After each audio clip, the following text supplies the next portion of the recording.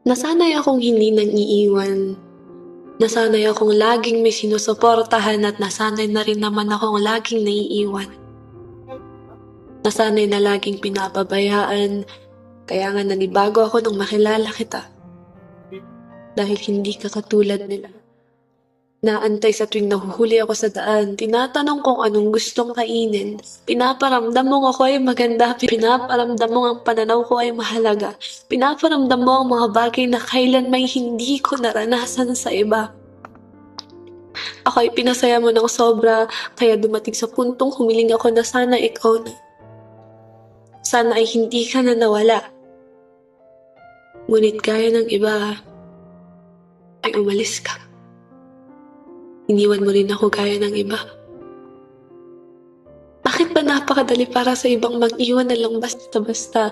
Nasasanay tapos sa huli ay aalis lang din pala, pero ayos lang naman.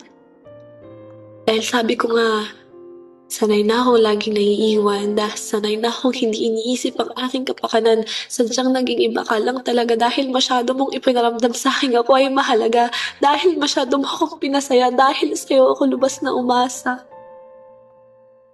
Gustuhin ko mang kausapin kang muli, natatakot ako. Natatakot na ignorahin mo, natatakot na ikaila mo.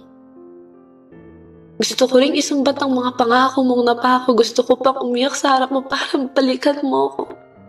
Gusto ko pang sampalin ka, gusto ko ring magreklamo sa harap mo, gusto kong sabihin ang lahat ng hinanakit na naipon sa puso ko.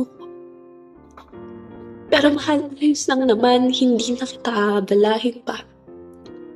Hindi na rin kita kakausapin pa, hahayaan na lang kitang magsaya sa aking harapan, susuportahan pa rin kita.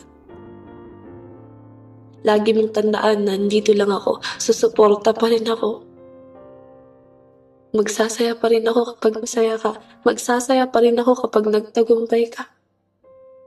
Nandito pa rin ako, kahit wala nang tayo.